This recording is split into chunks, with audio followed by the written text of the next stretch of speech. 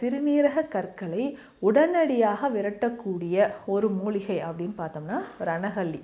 இந்த ரணகல்லிலாம் இன்றைக்குமே கிராமத்தில் நீங்கள் பார்த்துருப்பீங்க. கிட்னி ஸ்டோன் இருக்கா, சிறுநீரக கல் இருக்கா, இதை கரைக்கிறதுக்கு கல்லை கரைக்கிறதுனே ஒரு மூலிகை தராங்க. டெய்லி காலையில் இது ஒரு 3 நாள் சாப்பிட்டா போதும். ஸோ அந்த மூலிகை என்னன்னு பார்த்தீங்கன்னா இந்த ரணகல்லி தான்.